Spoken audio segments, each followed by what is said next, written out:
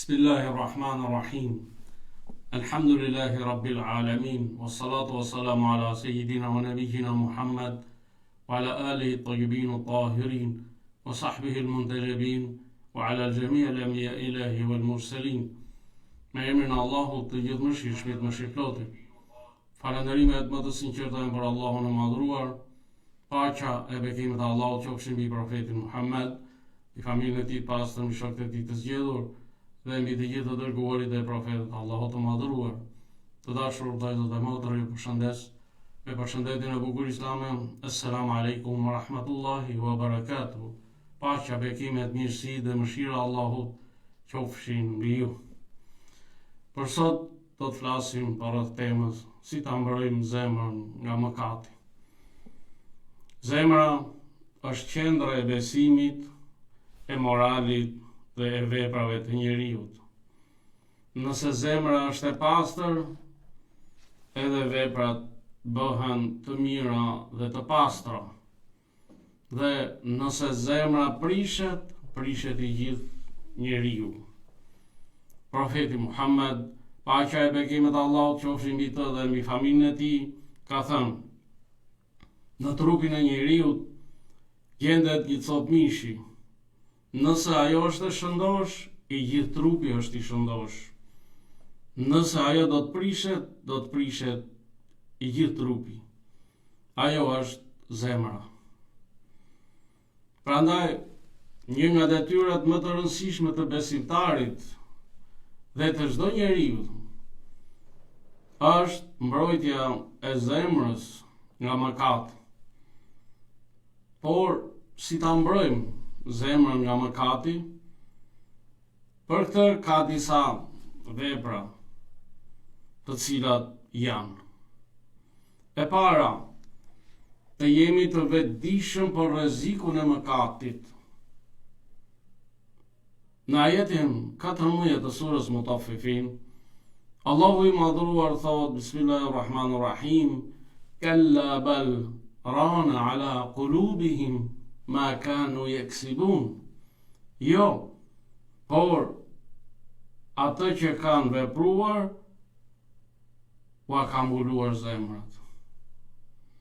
Sipas këtij ajeti të begat, mëkati e mbulon, e errëson zemrën dhe pengon dritën të hyrë në të. Mëkatet nuk janë vetëm shkelje të urdhërave të Allahut. Ato lënë gjurmë në zemër. Fillimisht janë vetëm një pikë e zezë, pastaj një tjetër e kështu me radhë, derisa zemra e humbet ndjeshmërinë ndaj së vërtetës.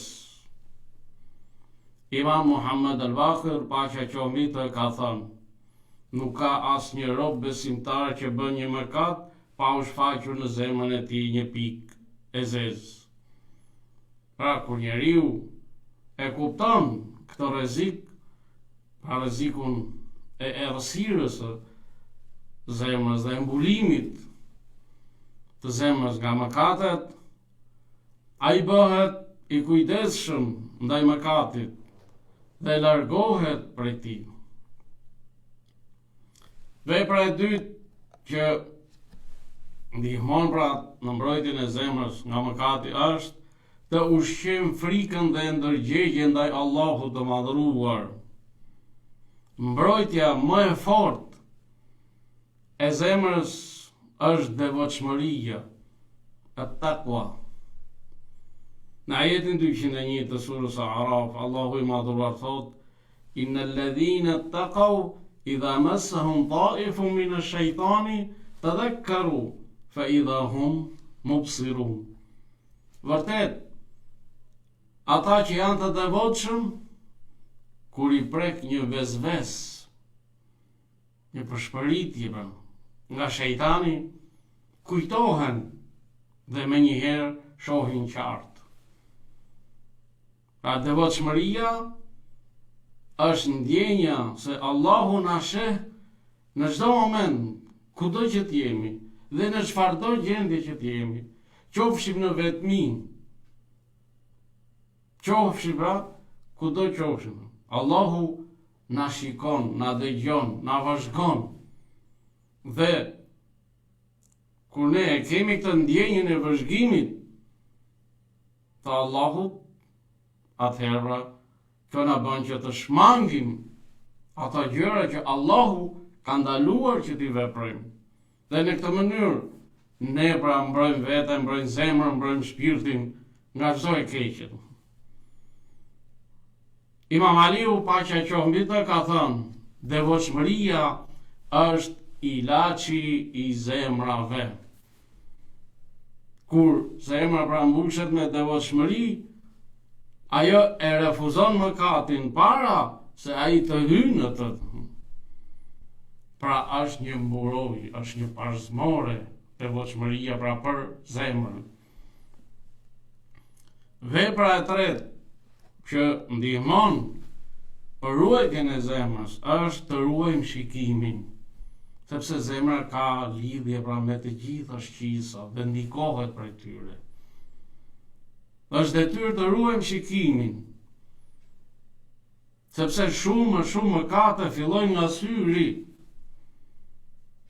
Në ajetën 30 dhe në fillim të ajetit 31 të surës Nur, Allahu i madhruar thot: "Qul lil mu'minina yaghuddu min absarihim wa yahfazu furujahum dhalika azka lahum inna Allaha khabirun bima yasnaun wa qul lil mu'minati yaghuddna min absarihin." Thua ju besimtarve të ulin shikimet e tyre dhe të ruajnë pastërtinë dhe lirësinë e tyre. Dhe thua ju besimtareve që ti ulin shikimet e tyre, nga ajo pra që nuk u lejohet të shikojnë. Është urdhër pra nga Allahu, qoftë për femrat ashtu edhe për meshkujt, që të ulin shikimet e tyre. Me kuptimin ulja e shikimit është që të mos shikohet gjërat haram me atë qëllimin e keq, me qëllimin e pshor. Imam Jafar Sadiq, paqja qoftë mbi të, ka thënë: shikimi është një shigjet e helmuar prej shigjetave të iblisit. Sa e vërtet pra ka thënë. Në një thënie tjetër, Imam Aliu a.s. ka thënë: shikimi i parë është i yti, shikimi i dytë është kundër teje.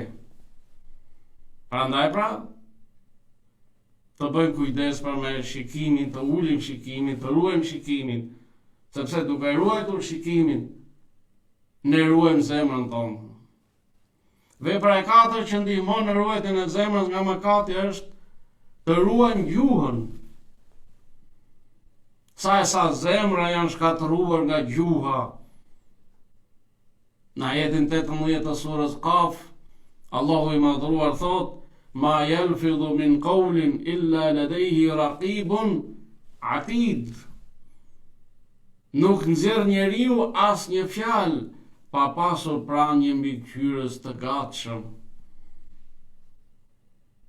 Profeti Muhammed, paqja e bekimet e Allahut qofshin mbi të dhe mbi familjen e tij, ka thënë: ajo që i fut më shumë njerëzit në zjarr është gjuha dhe organi intim.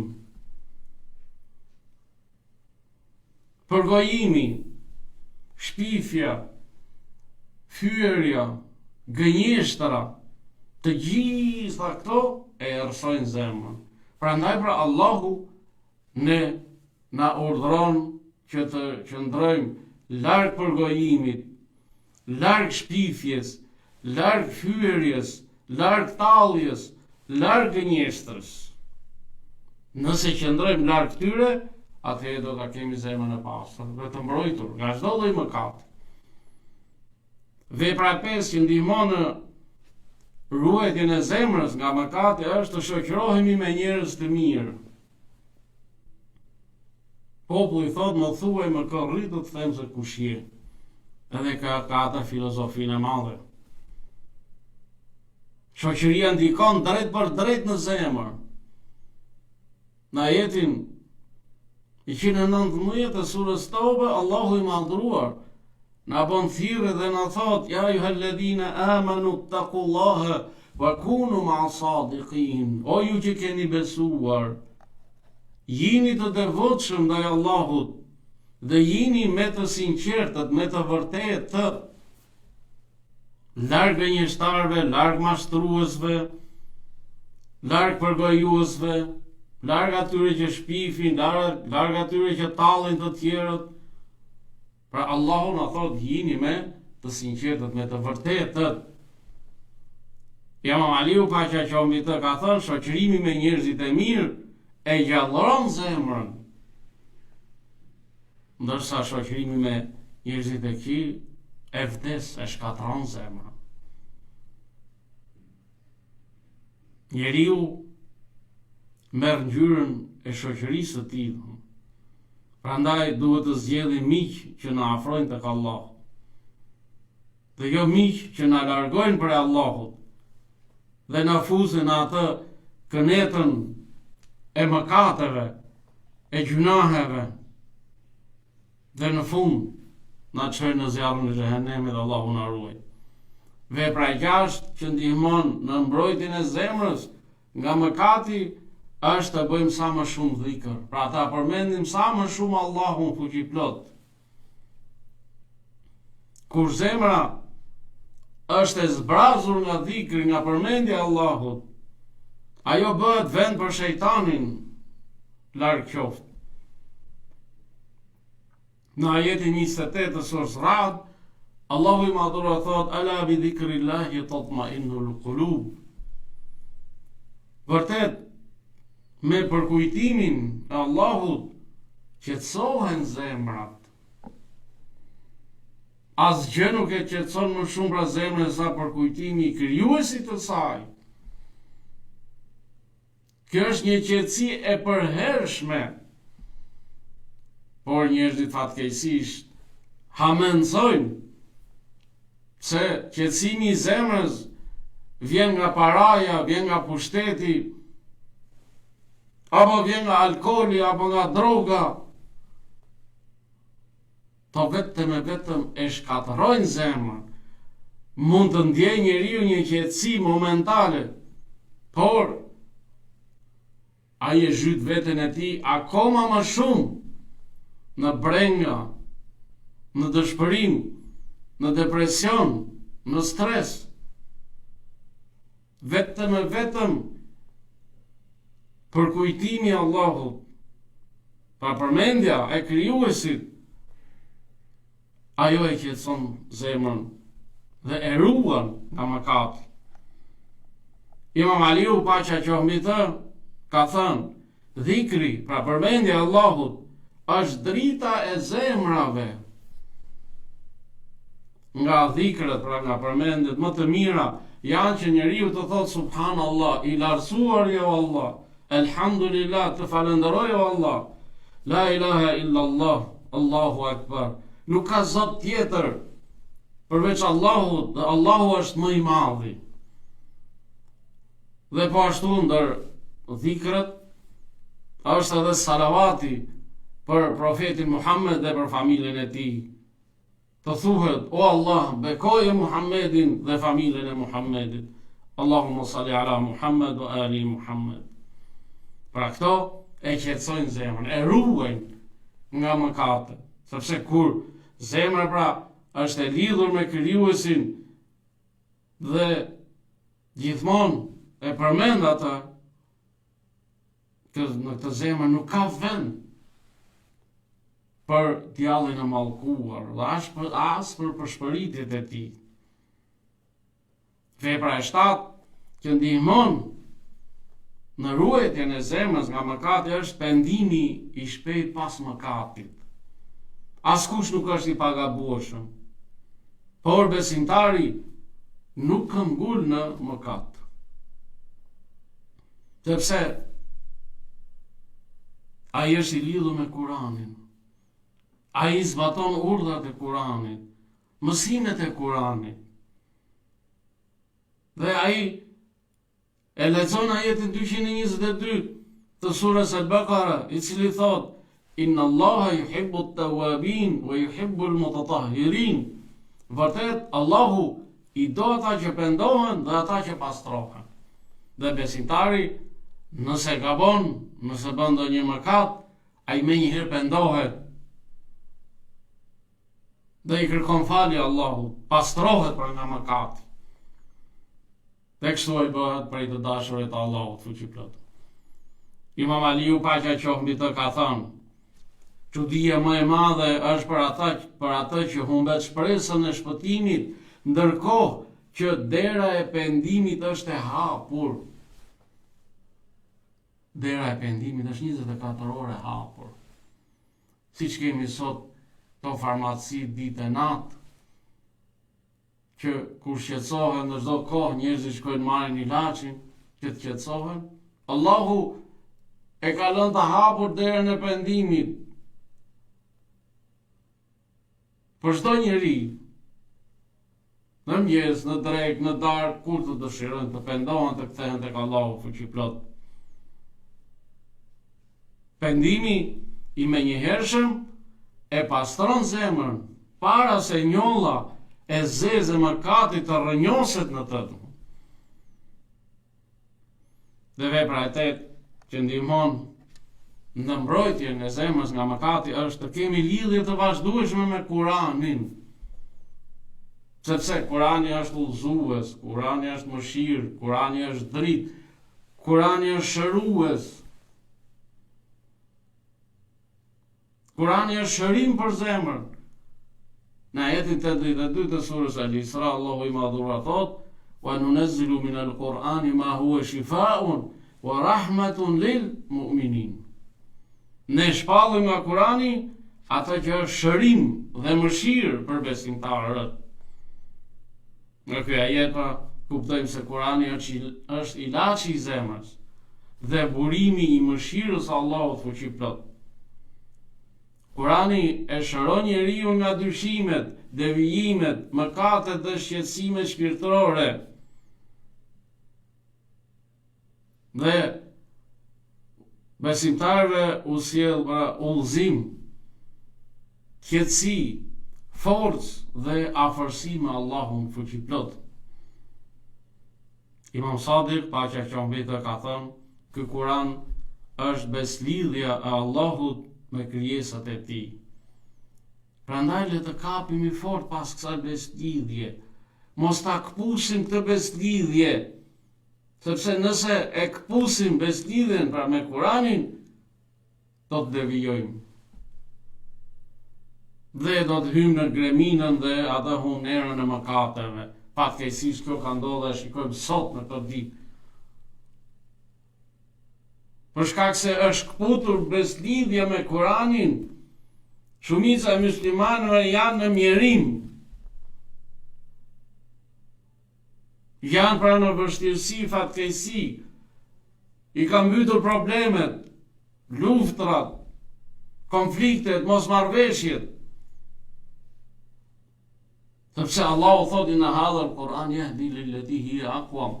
Ky Kur'an udhëzon atë që është më e mira.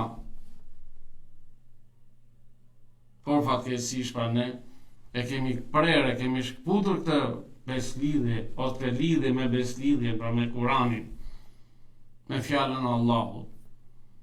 Dhe po i përjetojmë pra pasojat e kësaj shkputje të beslidhjes. Këto ishin 8 prej veprave të shumta që e mbrojnë zemrën nga mëkatet. Të dashur vëllezër dhe motra, zemra është amaneti më i çmuar që Allahu na ka dhënë. Mëkatet e sëmurin zemrën, ndërsa bindja ndaj Allahut e gjallëron. Mbrojtja e zemrës nga mëkati është një përpjekje e vazhdueshme që kërkon besim të fortë, vetdije ndaj Allahut, përmendje të shpeshtë të tepra të Allahut, shoqëri të mirë dhe largim nga shkaqet që na çojnë drejt gabimit, drejt gjunahut. Zemra është thesari më i çmuar i njeriu. Nëse ajo pastrohet dhe ruhet, pastrohet e gjithë jeta e njeriu. Prandaj, le t'i drejtohemi vazhdimisht Allahut me lutje që zemrat tona t'i mbajmë të palëkundura në të vërtetën, sepse shpëtimi ynë në këtë botë dhe në botën tjetër varet nga pastërtia dhe gjallëria e zemrës sonë. Imam Aliu a.s.